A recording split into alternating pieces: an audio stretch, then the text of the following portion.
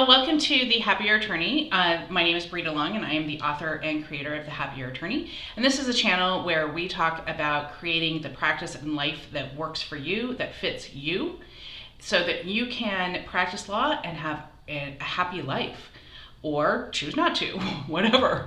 But the point is that you're a happy and content person first.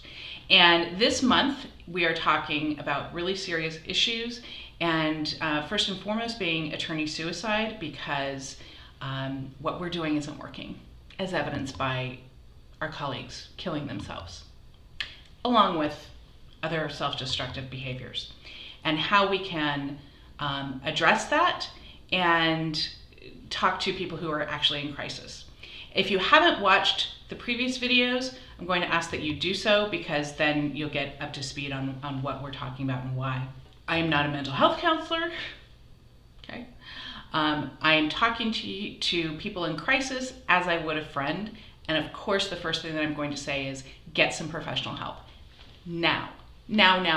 And the other videos addressed that more specifically. So what we're going to be talking about today is after you have taken some time off, after you have gotten some bandwidth and some help where you're stable, okay? Not just in the triage, not just stopping the bleeding, but stable, okay? So if this was, say, a physical emergency, we've stopped the bleeding, we have gotten maybe now out of ICU, okay? So now we're like in the hospital, and now we're healing and picking up the pieces, okay? And know, as I talked about last week, think about, what you want your life to look like. What do you want your practice to look like? How many hours a week do you want to work? And then what money do you really need? And how to get that. Not what you think you're supposed to earn, okay? What do you really want to earn and need to earn? Okay, two different things. We're going to be talking this week about picking up the pieces. What do we do now? And it's really not as difficult as you think it's going to be. It's just not. And I know that because I've done it more than once. The first time that I really had to pick up the pieces of my practice was I worked for another attorney for a very short period of time. He offered me a job. It looked like a great opportunity. I was kind of burned out of family law, and I jumped. I closed down my practice, and I went and worked for this guy, and it was a nightmare from like day one. Freaking nightmare, where I knew I had to get the hell out of there, okay? And I think I worked for him for like 4 or 6 weeks. I mean, where I'm like, I'm done. And I had to start my practice over again, and I thought it was going to be really hard to like get it going again, or at least a couple months. No, it was instant.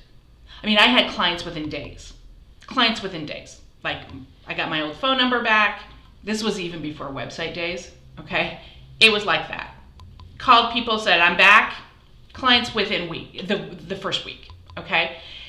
Also, when I moved locations, I have moved from one city back to Seattle.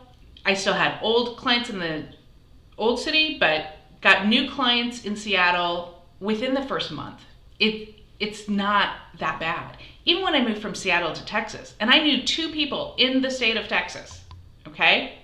When I started up, I got clients within the first couple of weeks. So know that going in, it's really not going to take that much to crank up the wheel and get it going again. It's really not. So what I would suggest that you do now, when things have settled a little bit, is own what you need to own, and you are going to have to go back and maybe clean up some messes, and that's okay.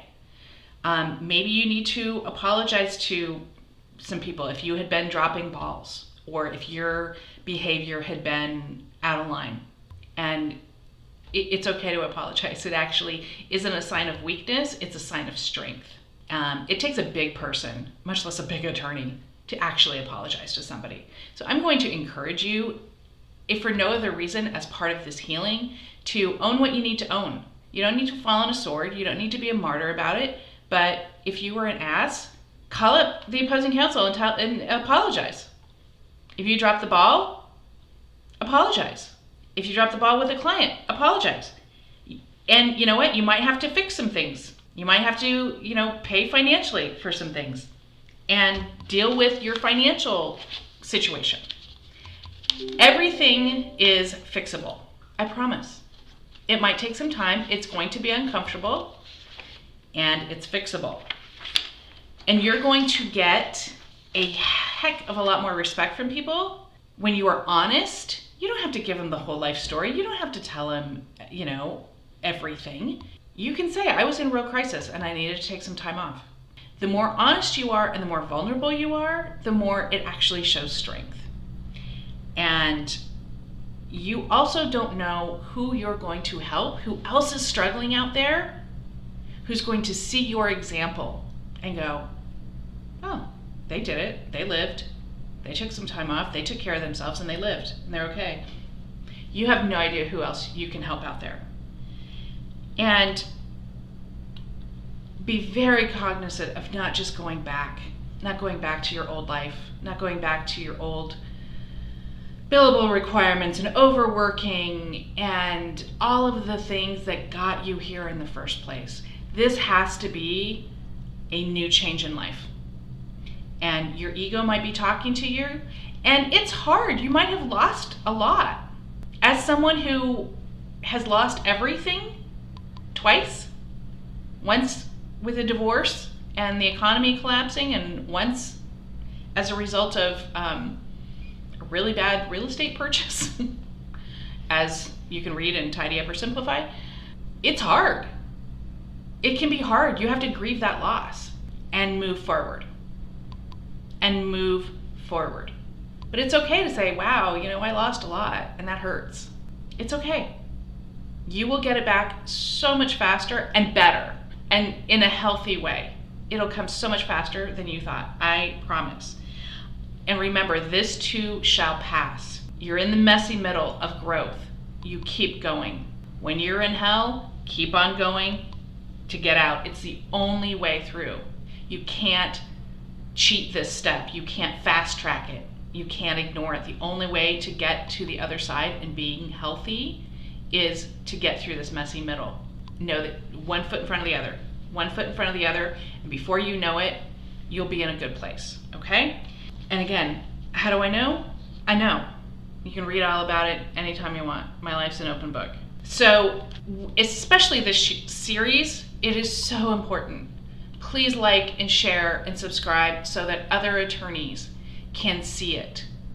You don't know who you're going to help out there. And you may never know. People may never call you and say, hey, you know what? I watched that video and, it saved me. You might not ever know. I will never know who this touches. Share it. You could actually really help somebody today. So, small changes, small steps. You don't have to tackle this all in one day. One step at a time. Keep going. And next week, we are going to be talking about what the legal culture needs to do, what we as attorneys need to do to help each other out. I'm going to get on a real rant next week. So thank you all, and we will see you next week. Take care.